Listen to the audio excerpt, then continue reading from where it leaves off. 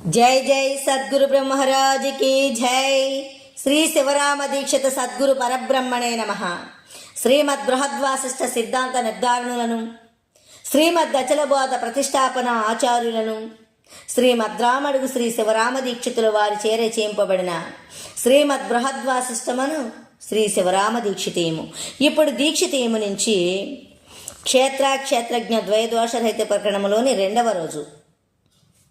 ఇక్కడ ఏమంటున్నాడంటే శిష్యుడు, స్వామి నాకు చాలు, చాలయ్యా నాకు చాలు అన్నాడు. అప్పుడు గురువుగారు అంటున్నారు, ఇంకా ఏమైనా అడుగుమా. స్వామి ఇచ్చలేదు, నేను ఏమీ అడుగుదు. శ్రవణము చేసేటందుకు మూలం ఏమీ లేదు, మననం చేసేటందుకు మూలం ఏమీ లేదు, ధ్యానము చేసేటందుకు శరీరము కొంచెమైనా లేకుండా చేసిరే. ఏది చేసేటందుకు మూలం ఏమీ లేదు, ఉన్నది ఉన్నట్టే ఉండే. సకల నిర్ణయాలు చేసే శరీరం కొంచెమైనా లేకపోయే. ఉన్న బట్ట బయలుకు ఎరుక లేదు, కర్మలు లేవు అని ఉన్నప్పుడు అందరికీ ఎరుకే. శరీరము లేనిదే ఉండే కనుక ఏ నిర్ణయము చేసేటందుకు మూలం ఏమీ లేదు.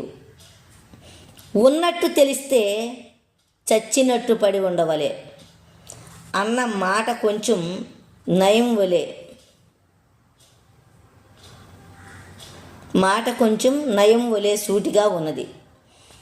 చస్తే శరీరం ఎలాగూ ఏమీ లేదో అలాగే గురుమూలంగా విచారిస్తే కలవచ్చిన ఏనుగ మేలుకుంటే ఎలాగో అలాగే మూలం లేని ఈ గుర్తెరిగే శరీరం ఏమీ లేదు.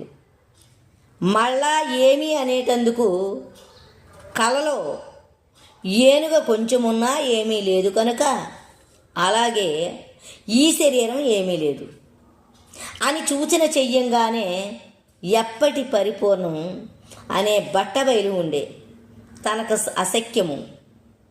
ఇతరులకు ఏమి జాడ వచ్చే ఈలాగు గురుస్వామి యొక్క మహత్తు ఉన్నదని, ఇటువంటి గురు సాంప్రదాయం ఏ భాష సిద్ధాంతాల చేత వస్తుంది? చదివి చచ్చేదే కానీ ఏ చదువు చేత ఇలాగూ వ్యవహారం శూన్యమయ్యేటట్టు పడదు.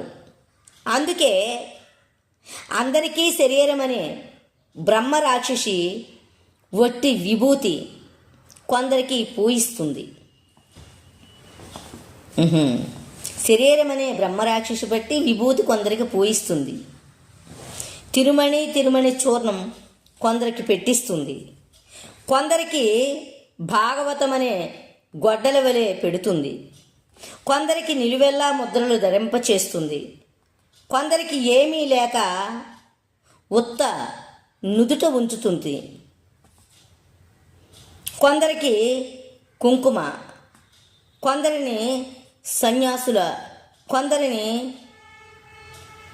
హైతాగ్నుల, కొందరిని ఉపాసకుల, కొందరిని లింగదారులు చేసి అందరినీ ఈ మూలం లేని గుర్తిరిగే శరీరమనే పరబ్రహ్మ ఇన్ని తిప్పల పెడుతూ ఉన్నది. గుర్తెరిగే చైతన్యానికి ఒక్కటైనా వికారము లేదు అనుకుంటూ ఇన్ని గుర్తెరిగే చేష్టలు చేసుకుంటూ ఇదే బ్రహ్మ అనే రాక్షసి, దీన్ని విడిపించేవారు ఎవడైనా ఉన్నాడో లేడో. దేహం అనే చెట్టుకు శంకరాచార్యులు అనే సన్యాసి గుర్తెరిగే జ్ఞానమనే చైతన్యాన్ని కట్టివేసినాడు.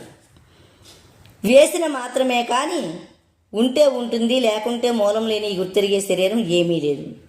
కలలో వచ్చిన శరీరం మేలుకుంటే ఎలాగూ ఏమీ లేదు, అలాగే మూలం లేని గుర్తెరిగే శరీరం ఏమీ లేదు. నామరూపం లేనిది, తనకు తానే చలించక స్వతసిద్ధమై సర్వకాలం ఒక్కతీరుగానే ఉన్నది.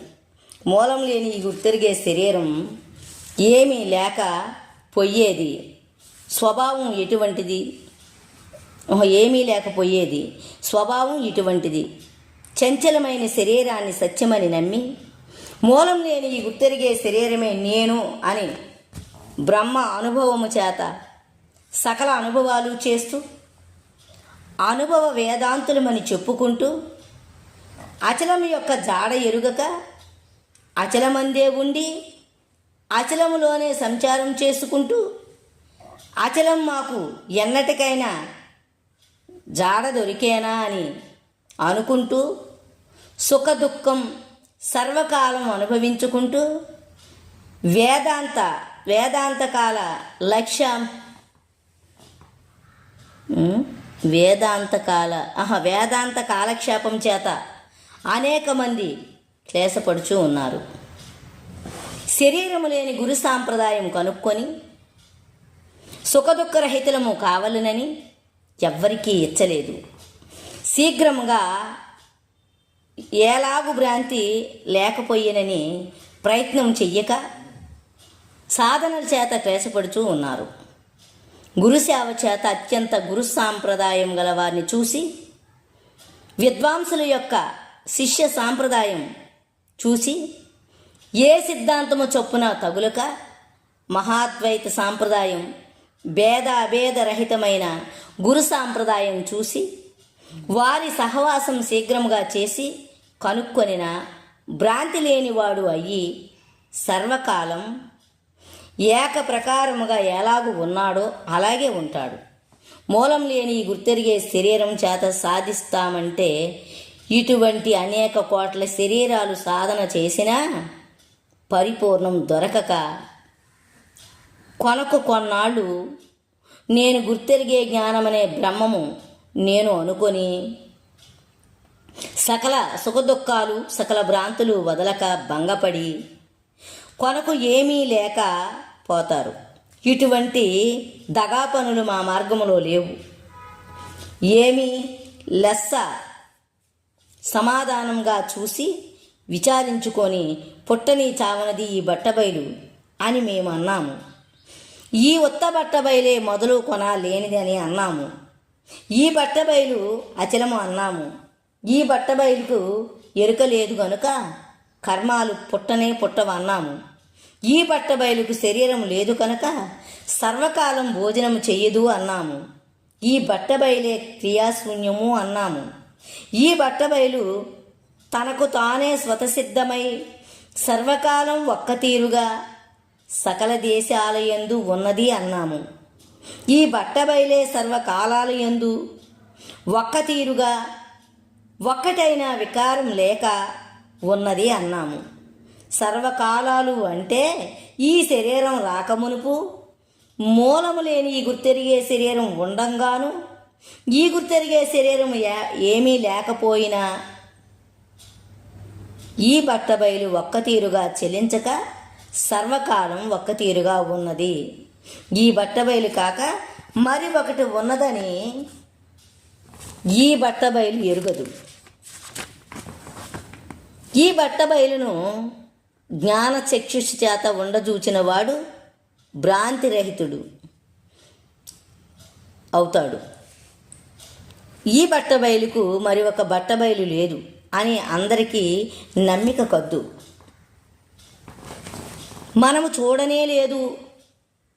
ఎంత దూరం పోయినా ఎడతెగక అంతటా దట్టంగా ఎక్కువ తక్కువ లేక మనము పోక మునిపే ముందర స్వతసిద్ధమై ఉన్నది.